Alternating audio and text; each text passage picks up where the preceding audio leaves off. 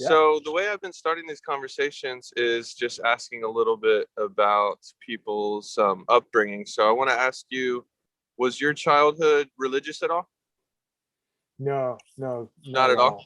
Yeah, super secular. And I would say my dad is like kind of, I don't know. I think he had a religious upbringing and did not care for it. So he was like Mhm. so it was not just like secular, it was sort of a little bit of that like hostility towards it, towards Right. organized religion and stuff.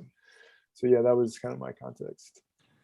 It's interesting because now I've been kind of talking to more people on this podcast about this subject, and since I'm from the South, I've interviewed some people that are also from the South, and that's a very specific religious context. And for the most part, everybody's parents of the people I've interviewed from the South, like stay kind of following the same model usually as their parents, but then other people I've talked to, usually their parents were religious, and then their parents kind of rebelled against that. So it's interesting to see the full range of that. Um, so even though your childhood wasn't in you didn't kind of have a religious context, did you personally have any sort of spirituality, would you say, when you were a kid and teenager? As a teenager, I would say so. Yeah, I think as a kid, no, just like not at all. I don't know. I just didn't think about it. I would say I was creative, which I suppose has kind of remained consistently like what my quote unquote religion would be, I suppose, or like where I find the most uh just the easiest way to dip into sort of like any sort of that space, whatever you want to call it. Yeah, Uh sure. yeah, and so I think, but then as a teenager I did start to discover, yeah, like I became more interested in religions and spirituality and stuff as a teenager, um just through through reading and just kind of, I don't know, just looking at different things. I guess I what really kind of, it's funny, what really kind of got me into it most, well, Buddhism was kind of my doorway into all of it and discovering like Buddhism and Buddhist thought and stuff. Um and I got into that through like the beats, which is really funny when you actually like, I don't know. So as like reading that stuff as a teenager, you're like, oh, this is great, this is so cool and stuff, and you're so Yeah. into it.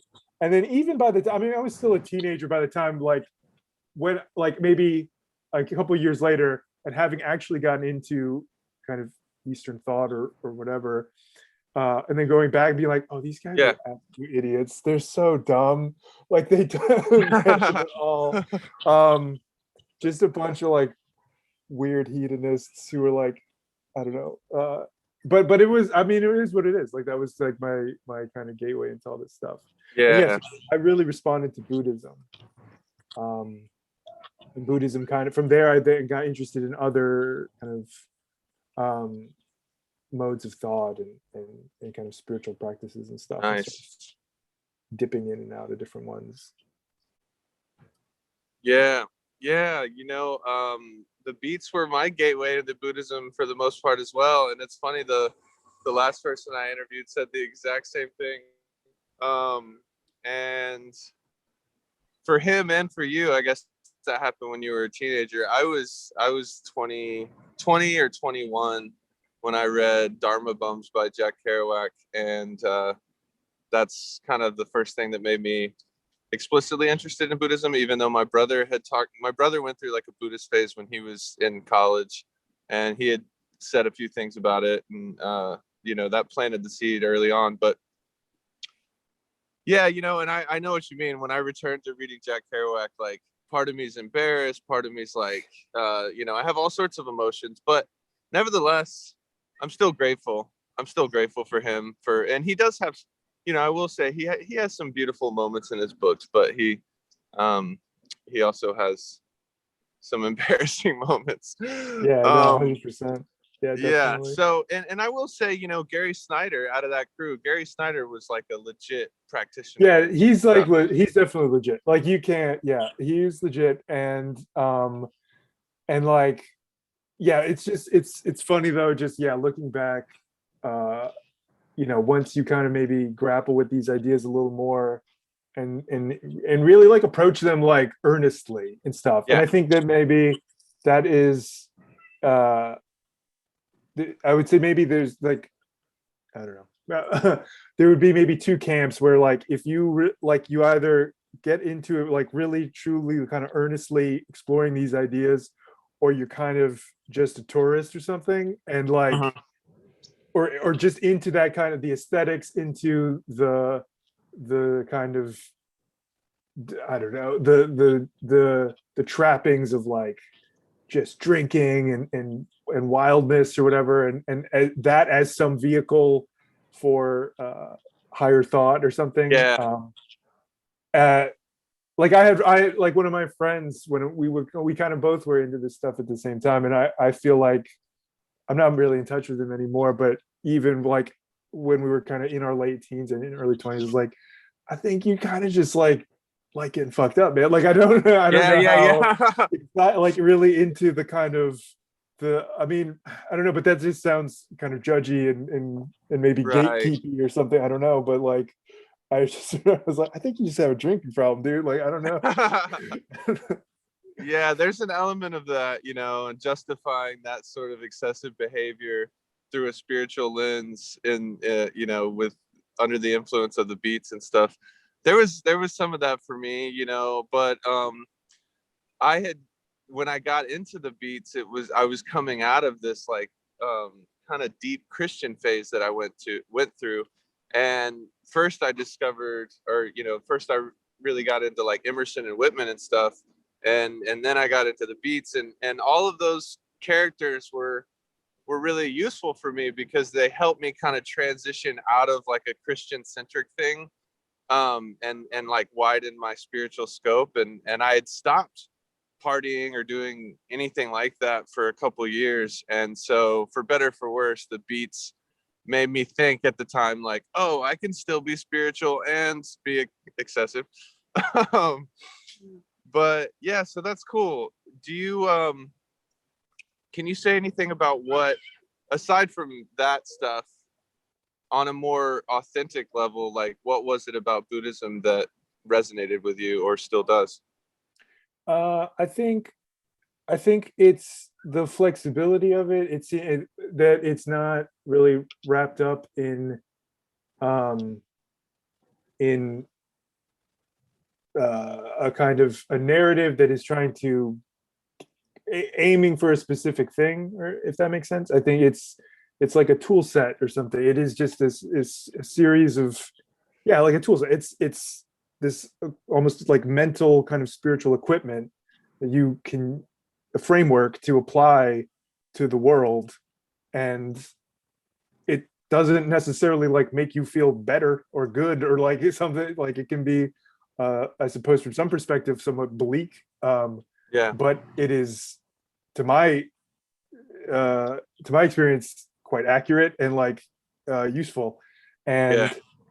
and so I think yeah, the real like core kind of stuff, the the noble truths and the eightfold path and all that stuff, it really is just yeah like a useful kind of mental tool set. And I think it's also beyond that, right, beyond just like giving you tools to just sort of I don't know live your life or just be at peace to some extent with the chaoticness of the world, which is obviously getting more chaotic all the time.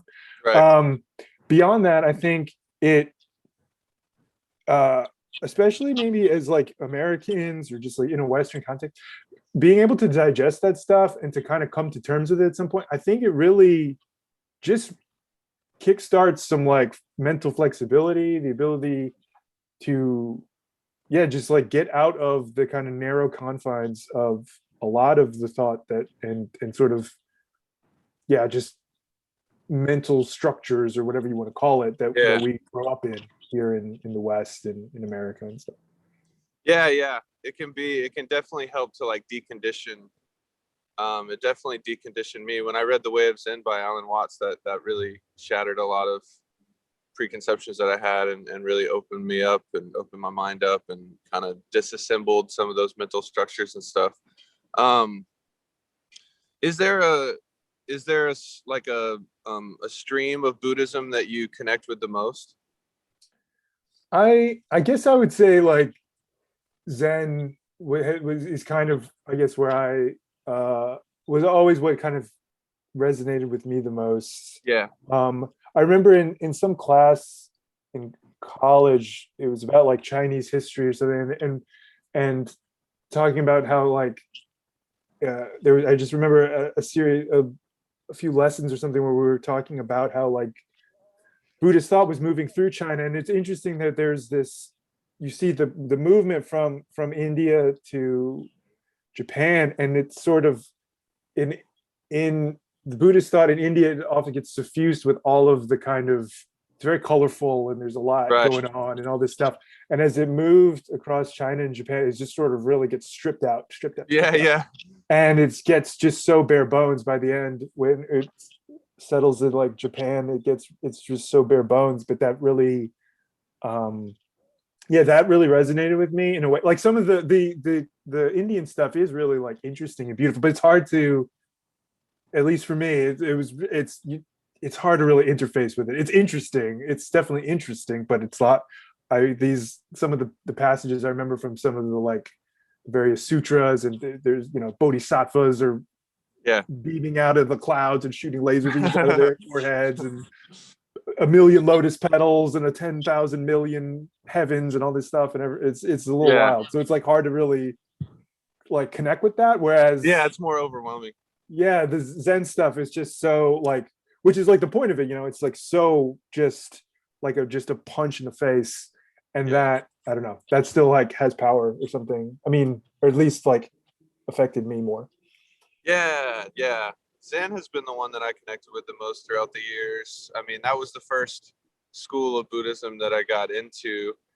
I took a Buddhist class in college, so I learned about different traditions and stuff, but Zen was always the one that I gravitated toward. And then but yeah, in recent years, even though really the only Buddhist community I've ever been vaguely a part of is the Angel City Zen Center in Los Angeles, where I live. I used to go every week. I've been kind of slacking off, and obviously it's been through Zoom for the last year. But I do a Zen writing group with one of the guys who's he's a Zen priest there. But anyways, yeah, I love Zen for some of the same reasons that you said, and it is kind of cool to watch it really get more and more simplified and minimalistic by the time it gets to Japan. And I do like how stripped down it is by that point. And you're right, it seems like that is kind of the point. So they boil it down to kind of the essence of it. And but I do love Tibetan Buddhism a lot. As far as the Indian like philosophers, I love Nagarjuna. I don't know if you've checked him out. He's awesome. Yeah, you should check him out. He's amazing. And then Dogen, who obviously the Japanese Zen philosopher. For me, Dogen and Nagarjuna are like my favorites of the Buddhist philosophers that are. But okay, cool. Have you throughout the years and even now, have you had any sort of meditation practice? I do my best to I try to, and it always is short lived, I suppose. I know, yeah. And I definitely know it 100% helps whenever I stick to it. It's like, I guess it's like anything, it's like working out or something. But yeah, it's when I even just like 5 minutes in the morning and just like sit and just do it for fun, it definitely improves my day, improves just my my ability to like focus and stuff. So I always am telling myself I need to get back into it, and sometimes I do it, and then I drop out again. And then I suppose I always though have always like looked at like creativity and making art as like largely kind of meditative as For well. sure. It's what I get the most out of it. It's what I've always really liked the most about it. It's all like, for all, like, you know, we were talking earlier, and just the kind of past sort of online like writing communities and stuff, and like that, I don't know, that's always been my kind of goal with it. It's like what I like get the most out of is when I can get in the zone and hit that kind of that space where it is akin to meditation, and Hmm. you're sort of whether it's with writing or drawing is usually easier, I find. And you're just in the moment, and you just do it, and that's always kind of been my um meditation, I suppose, more Yeah. than actually like sitting down and do it. But I've tried to do that too. Right. Yeah, I struggle with the same thing. Every time I have any sort of steady meditation practice, it's usually short lived. And you know, a lot of times when you're actually sitting and meditating, or at least for me, I can't speak for other people, but for me, when I'm sitting and meditating, sometimes I'll question like, why am I doing this? Is this actually helping? You know? But then when I'm not, when I have a steady sitting meditation practice, when I'm not actually sitting, I feel the effects of it. You know what I mean? Like it starts bleeding into my life where I'm like, oh, everything does feel more decluttered, and you know, I do feel more focused, or even more of like a subtle joy permeating my life or something like that. So um, lately my girlfriend and I, we do a different kind of meditation every night. Nothing long. It's like 10 to 15 minutes every night. But for me, that's what kind of keeps me doing it more often, is if I'm switching it up, you know, and that's good and bad. I wish I could just stick to one type of practice consistently, but what keeps me actually practicing is if I, like, you know, do it, kind of switch it up and stuff. But I like what you're saying about writing, and I can feel that in your own writing. When I read your work, I can feel kind of that meditative approach. I wouldn't say that meditative is the first word that comes to mind, but like, I remember in an old interview I did with you, or questions I sent you and you responded. We didn't go back and forth in the moment, but you kind of mentioned that same thing where like you could get in a certain mind state, I think, where I think the word you used was like it was clean or something. Um, and that always stuck with me, and I knew exactly what you meant. And in the highest moments when I'm right, like the moments of when I feel the most in the moment or connected to the writing process, is that same feeling of like this weird clarity, this spontaneity that is like infused with some sort of intuitive intelligence or something. Um, so I also think of writing as like a spiritual practice as well. Um, so I guess let's talk a little bit about what got you into, you know, when you started writing and when you started doing art. Which one of those came first for you? I think art, though it's kind of, they're both a little connected, because what I was really started doing was I made a sort of web comic in like, I can't even remember now. It was like 2013 or something. And so it's a little bit of, it's obviously that's kind of both things. But I was doing this comic, and um comics also like has that kind of same thing to me, because the process is very like rote. You do your thumbnails, then you do the pencils, then you ink it, and then you color it. And like whether you know, and so I mean other people I'm sure do it different ways, but that's like the kind of the basic way to do it. And it's very like, okay, you just submit yourself to the process and you just do it.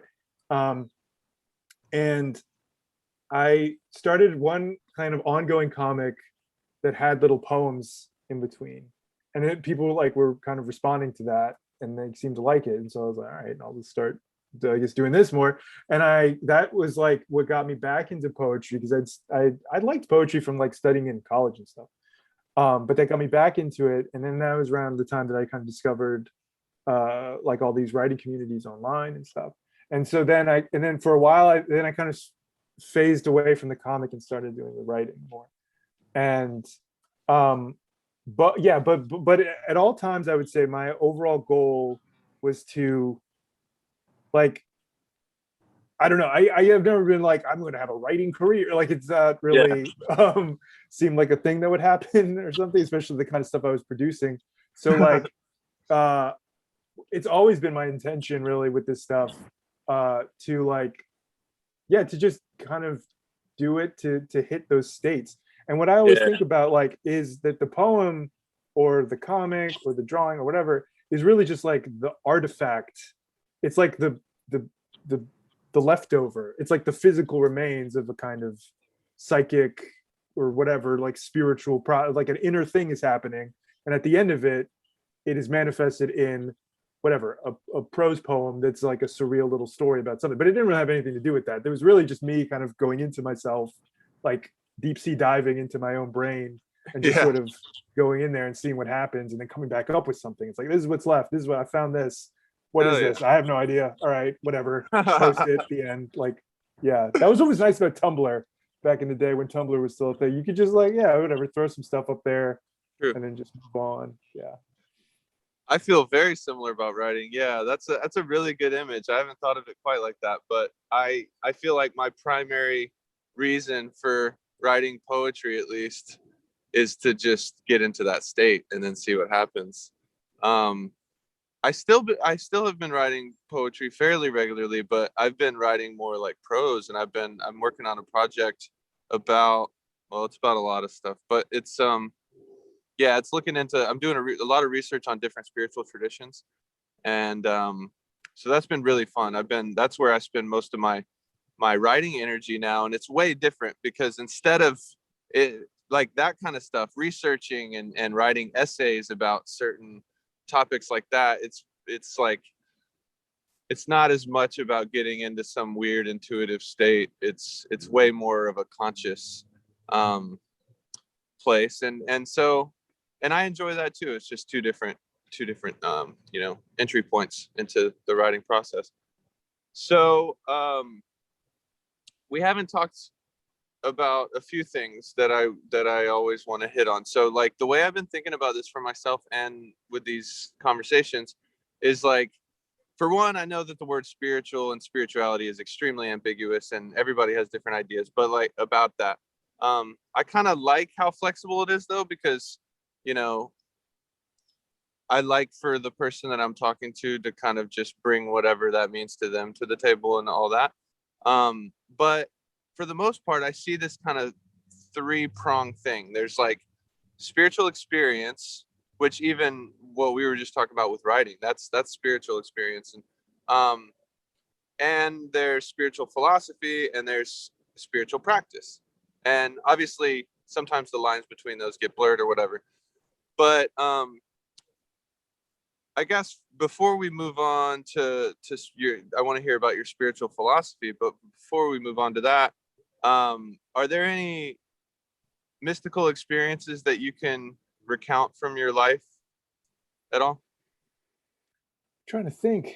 I feel like no, not really. I think it's other than these sort of moments of that we've kind of talked about already of Yeah, clarity and sort of peace that come from, yeah, like whether it is just meditation um or writing as a form of creative stuff as a form of meditation. yeah. I personally, yeah, have not really had any sort of like kind of wild shit happen to me, which I think it like it is what maybe makes my, then I don't know if I'm jumping ahead now to segue into the philosophy stuff, is kind of it's maybe a little like, I don't know, like workmanly or something. It's just like I know it's what you mean. kind of nuts and bolts, I guess, or something. It's just Yeah, like uh I I think of it as, yeah, just this, it's a space you can go into in your head. Like I think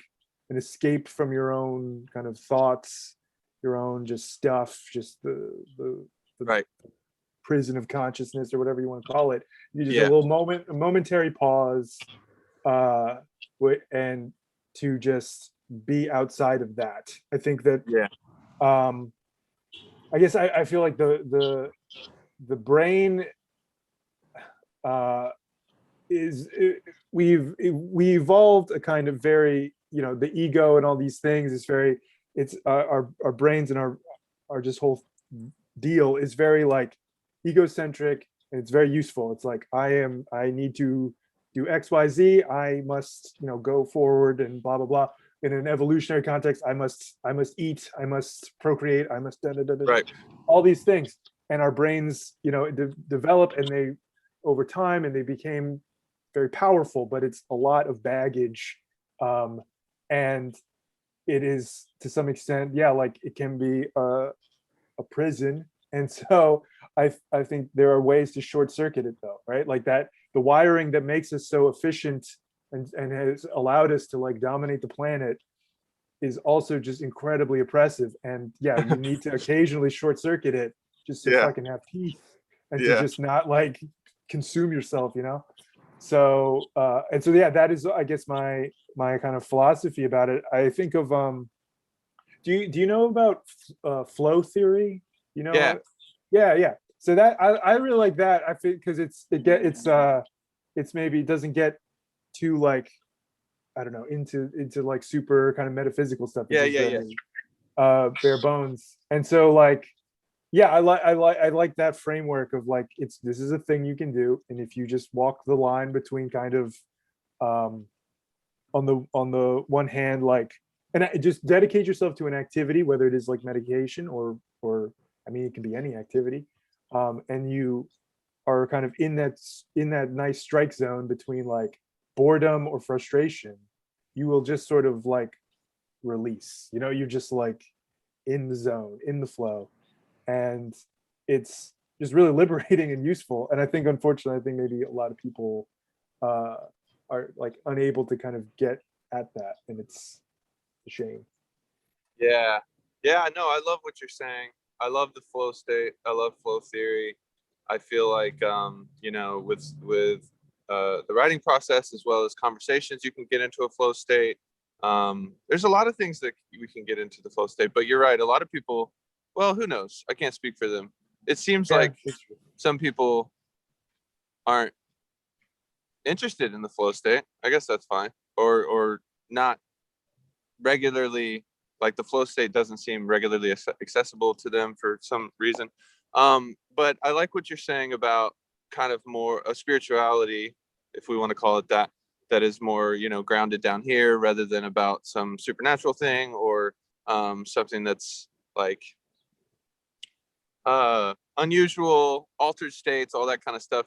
I feel like I'm interested in both sides, like I totally love, I think that at the end of the day, it's more useful to think about it in a practical way, in the ways that you're talking about down here, practical, direct experience, ways that we can kind of decondition ourselves, ways that we can bracket, the monkey mind or, the residue of human evolution. It's like we're in a situation now where we don't have to be so worried and anxious and fearful of things that humans several thousand years ago were rightfully worried about. You know what I mean? Yeah, yeah, We're in man. a different situation, but we, like you said, we carry all that stuff inside of us, and now we have to navigate having all those things that were and are useful, but kind of knowing when to turn keep them on and when to turn them off. um but then the other side of me is very interested in, I guess you would say, like woo woo stuff, and I want to always be clear headed about it. I don't want to just like, oh yeah, that sounds cool, but I just know that there is truth to a lot of it. Oh yeah, definitely. Definitely. And so I'm interested in both, and uh I like to see kind of, I don't know, where I can integrate both into my life and all that. Yeah, yeah. I mean, that's all really interesting stuff. Yeah, it's always been like, I guess, weirdly kind of just not. I don't know. It's just never. I've never. I don't know. I've not like. Uh, I have enormous like respect for that kind of the side of the coin as well. But it's yeah, it's Yeah, just like never really. I just haven't experienced it as much or yeah, something. It's that's just, It's really weird. Yeah, like I don't remember my dreams like ever. Like I just don't. I mean, like never, except unless I had I woke up. I get waken up like in the middle of the night or something. Then like it's weird. It's like retroactively I remember my dream, but I like just don't. Is there something almost like I feel like very almost like robotic or something? I just sort of like go to Yeah. sleep and up stuff. So when like I think maybe that's like informs a lot of my approach to this stuff or something. It's just a thing you do almost mechanically. It's just like, Yeah. right, well, if you do XYZ, just sort of click, click, click, click, like click the Rubik's Cube, it'll like do a thing. Right. Yeah. But I definitely have like no scorn towards or something towards Yeah. the other stuff. Like I that would be like the last thing that I would want to project. Like I definitely much respect and Yeah. Yeah. Yeah. I a lot of people do have scorn toward it. And I understand, even there's certain schools of spirituality that kind of, even if they know that that kind of stuff is possible and real, they will warn against it because they might see it as a distraction, or people can get caught in their egos if they have, like, I guess in India, like cities, like magical powers or something like that. They can get so self-absorbed because they have that or whatever. There are dangers involved, but if you keep a balance, I think it's fine. Um, yeah. so there's two last things that I wanted to do. Number one, I meant to do this at the beginning. I've been trying to ask this Zen question to everybody at the very beginning and just hear, some short response. So this question is from an old Zen koan, and it says, all things return to the one. Where does the one return to? I'm gonna have to take a second. Let me see. Yeah, yeah. Take your Yeah. time. All things return to the one. Where does the one return to?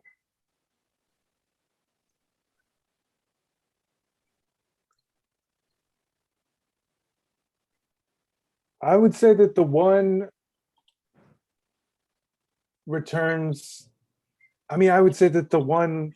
I don't know where I would say the one doesn't really return anywhere. I would say the one is just the one. Like the one, it's the there is yeah no returning. I guess from that it's or no, I'm going to revise that. There is returning from it back into the kind of it's the one is a moment or a few moments of clarity and peace, and then you return back into the kind of the many or the chaos or whatever. But it doesn't stop. It's not like one way and then it ends. It Yeah, just kind of it ebbs and flows. It moves back and forth.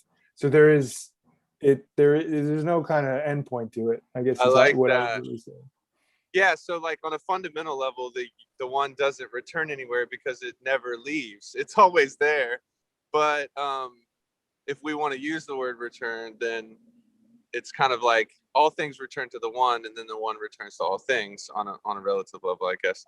Um, that's good stuff. Okay, and I like how you thought of the one as like that state of peace and stuff. I like that. It makes And me think yeah, of like yeah, like a kind of wave particle duality kind of thing. It's like depending on how you look at it, it kind of is both, and just sort of shifting in between both states. And neither state is like, I mean, I guess to go back to throw in some kind of evolutionary pseudoscience garbage yeah, yeah, of like of that uh that kind of animal brain that we were talking about is like we've said so useful, and then that sort of transcendent kind of calm peaceful state is also incredibly useful. But if you are only in that sort of tranquil state, you would just your body would just like completely you'd be like a vegetable essentially. You'd be, I yeah, guess, very content and pieced out, but like yeah, you would just be like a vegetable. Your body would, and so that and it would you would be then like neglecting the body. right. But then if you're too plugged into that kind of ego animal brain, And it's Yep. just like me, eat, conquer. You know, that's not good either, obviously. So yeah, Right. it's like it's about navigating both, I The guess. middle way, yeah, for sure. The paradox. Um, I wanted to ask before I did this last thing. You said that you had gotten into Eastern thought that maybe beyond Buddhism. Are there any other types of Eastern thought that you're interested in? Uh, I liked Taoism, which was Oh also yeah. highly, there's a lot of similarities there. Hmm. I remember, I mean, it's been so long since I did since I was like really, really like investigating all this stuff now. But Yeah. I mean, I was reading, I mean, back in the day, like not just, Buddhist stuff and but also even like kind of like Christian mysticism and stuff Oh, and like hmm. all that stuff. I always just was struck by a kind of in a really like zoomed out sense that there's always a sort of, a kind of orthodoxy which is very stable and kind of provides a nice social framework and just keeps Hmm. the engine of society just chugging along and tells everybody, and it has its value Yeah. for the most part. And then there is this other kind of thing happening, um, which I guess we would broadly say is like a kind of the more, yeah, like mystical or Yes. spiritual side of things, which is uh yeah, it's off the beaten path a little bit. It's like the it's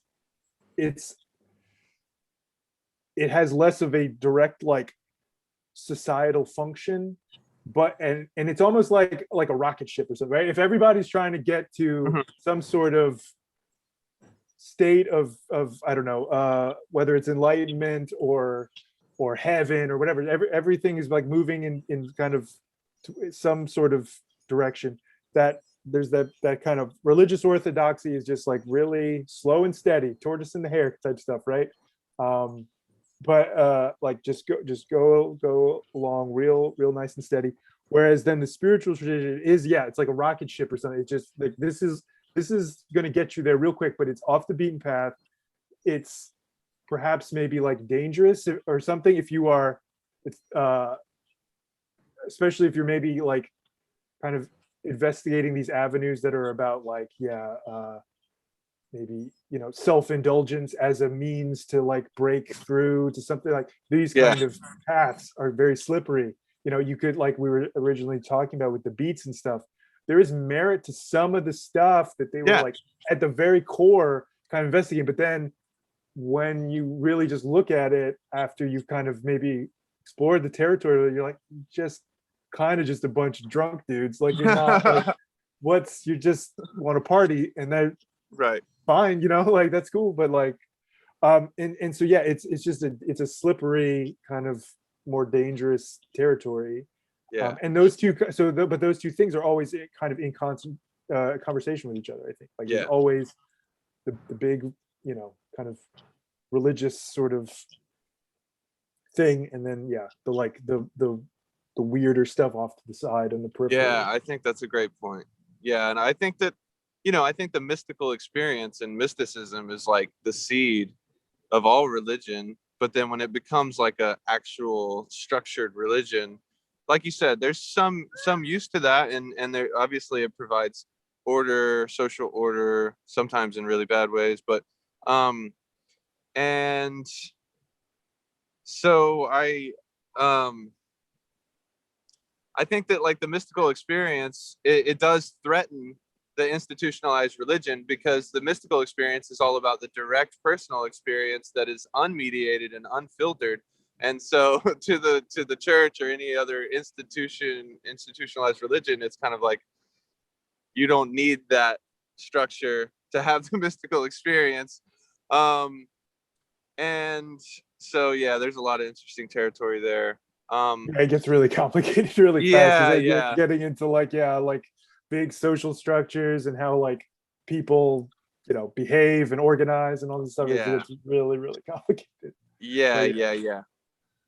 Yeah, it's wild. One last thing I'll just say about that is that, I I read a book recently called The Immortality Key, and it's about early Christian history, and it's about early Christian history in relationship to psychedelics and stuff. It's pretty interesting. But it's baffling that like early Christians were, seen as a threat to the Roman power structure, and then, punished and killed often. And then when Christianity became the official religion of the Roman Empire, non-Christians were treated that way. And so it's like, I don't know, it's sad and fascinating. Yeah, totally. Yeah, I think there's always that's what's um it's something that underpins all of this all the time, right? Because like all this stuff we've been talking about, it all is very relevant and useful stuff for like an individual living their life. How do you want to live your life? What do you want to pursue? How do you want to give your life meaning? How do you want to relieve yourself of some of the burdens of like Yes. just being a person, these things? And then, but you take that and then multiply it, whatever 7 billion times for today's population, however many billion million for populations in the past, and it gets super complicated super fast. And it's just really unwieldy. And and so then you have these bigger like structures of religions and orthodox religions and stuff, and then that gets complicated though with because they are just power structures ultimately that want to maintain power. It's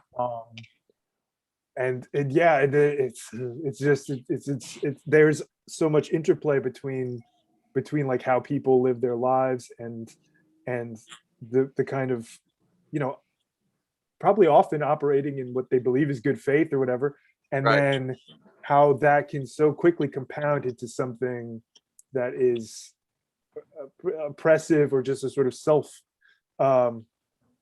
an institution that is just basically trying to maintain itself. It's it's I know. Yeah, we could talk about that for a long time. We'll have a part two sometime, hopefully. This has been fun. We have around 10 minutes left. So what I've done is I've like made a list. 17 is my favorite number, and so I do a lot of stuff with 17. But I made this list of 17 things, like basically topics that are related to some of the stuff we've been talking about. And so can you pick a number 1 through 17? 9. 9 is wisdom. Yeah, so very, very interesting topic when it comes to this stuff. What are your thoughts about wisdom? I what does wisdom mean to you? It is flexibility, I would say, like mental flexibility, the ability to sort of have self-awareness, know yourself and be confident in yourself, be confident that like this is what I am thinking and I'm thinking it for a good reason because of XYZ, whatever my experience is, but that I am just a person, I'm flawed, I've only had XYZ experiences and not infinite experience. I could be wrong, I could whatever. And so to be able to have that conversation with yourself, have that conversation with other people. So, if you're bringing a certain set of experiences to the table, you could be completely wrong, and you need to be open to being wrong and then being like, okay, I was fucking wrong. And now I know better. And now I will incorporate what I've taken from that into my life and myself and grow from it. And all that basically that all the time, forever, which is extremely exhausting, but it's hard work. It's like you're just paying your taxes. You're paying your people taxes. It's just like you gotta just eat shit sometimes and be like, I just didn't know, and now I do. And and also know that like sometimes when someone comes at you with something, maybe they like, nope, that's just not gonna like cut it. Like you have to like you not only just accept the new, right, or whatever, but like be open to it, and then also willing, if necessary, to reject it, because actually no, that's just like Yeah. it's yeah, it's, and of course all of it is contextual. So I love that. Yeah. Okay. That's cool. Flexibility and, confidence that is necessary, but a confidence that does not compromise your, ability to change your mind when you need to, and continue to evolve. And yeah, it's like it's a necessary humility and confidence at the same time. Flexibility, willingness to change your mind, but also a willingness to like, disagree or be discerning when you need to be discerning. Um, yeah, I think about the whole discernment thing a lot, and I think about like, there's a thing in Buddhism called prajna, which is sometimes linked to wisdom, but a lot of times is characterized as like a sword, and it's like the sword that we have to like basically cut through the bullshit, and or cut through the bullshit, you can see it that way, or cut away the delusions, and kind of trim everything down to like this luminous clarity. And there's a part that reminds me of discernment, but it's also mysterious, because sometimes I wonder like, how does that sword operate? How is it that, because sometimes when you just surrender to that sort of thing, you can kind of naturally discern things that you need to discern. You know what I mean? Does that make sense? yeah, I think so. It's like it's I mean everything is so contextual, and I think I Yeah, guess for sure. when I think about the idea of like, yeah, of wisdom, or yeah, the idea of cutting away the bullshit or something, it's the ability to just like read the situation as quickly as possible, Yeah. and like just just feel it, and then like be open to kind of both it and yourself, so that you can kind of as quickly as possible, like, okay, this is and now, and then like this is what the situation is, and then you respond to it. I often think of the thing with like um well, I'm not very good at chess, but I believe what my understanding is with chess masters and stuff, they're not like a computer that actually like runs through every single chess move over and over, like just going through them all. What the skill of it is that you just instantly delete the bad moves. Like you just immediately, all the bad moves are gone. So you're only playing with a limited tool set of like the good moves, which is, I think, also to go back to writing is similar. Like when you're like as you grow as a writer, it's really, you're doing the same thing that like a novice writer is doing, but you're just immediately not messing with the bad sentences. Like you're already like working with a decent tool set of whatever sentences or lines, if you're doing poetry or whatever.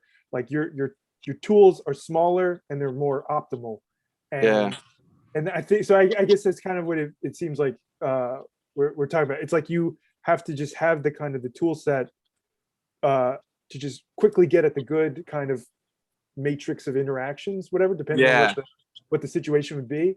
You zoom in on it and then interface with it and just respond, and like Yeah. not be caught up in ego reactions, your vanity, whatever stuff, like your I don't know, some sort of kind of dogmatic faith you have in XYZ, Yeah. and getting all frustrated for reasons you don't even know because you're a stranger to yourself, that kind of stuff. Like you just have to like be like, know why whatever's happening is happening, because you know yourself, and have a basic knowledge of the world, and have some degree of understanding and empathy, Yeah. and all those things, all of it like happening at once, pinballing off I of each love the other. chess player analogy. That's awesome. That's gonna stick with me. And I like your emphasis on like, it depends on the situation. It's contextual. Every circumstance, every situation kind of has its own demands. And when we bring wisdom to any given circumstance, that is a cool way to look at it. Like the more wisdom we have, maybe the more bad ways to deal with a situation we've deleted, and then we have a field of healthy or constructive ways to deal with the situation, and we can kind of like work within that matrix. I think I think that's a perfect. Oh, yeah, I was gonna say I think it's a I definitely believe it. Is why I said it, but it's also it could be a pain in the ass when like sometimes when people ask me stuff or like give me a hypothetical, I'm like, well, yeah, but like, what about this? Yeah, blah blah blah. I know. start getting it Same here. too honed in on the context of like a hypothetical situation. So I know. I'm just, well, I gotta answer the question. These are I have variables. to know, I have to know so much about a context before I feel like I'm confident enough to bring my point of view on it. Like a lot of times my girlfriend will ask me something and I'll frustrate her because before answering her, I'm like, wait, you got to tell me this. I have to Yeah. know like everything possible about the context, because to me, context is everything. Like Yeah. I mean, nothing exists without context, and everything that exists in such a specific context that it's hard to, you can't separate something from its context. Well, thanks so much, Bob. This was awesome. I really Yeah, man. appreciate it. And maybe we can do part 2 sometime if you'd be willing to. Oh, I love it. This was super fun. It was great Oh, to yeah. just like catch up with you. Great to have. Yeah, Yeah, man. it's like it's been wild, man. Like I don't. Yeah, this last year, but just kind of I don't know. Even before that, honestly, like just not really having many like conversations like this. It's been super fun. Yeah, I know. Yeah, I've had an absence of conversations and interactions up until the last month. I've just been on this podcast kick, and it's allowing me to catch up with people and have these conversations that I yearn to have. So it's kind of awesome. Yeah, man, this is great. Yeah, I would love to do a part 2. Definitely. Well, I wish you the best in your new situation over there. Oh, And thanks. Yeah. yeah, for sure. Well, take care. Let's talk soon. All right. Yeah, man, definitely. Yeah. Hope things are going well with you. It was great. Yeah. Thank you. See ya. Peace. Bye.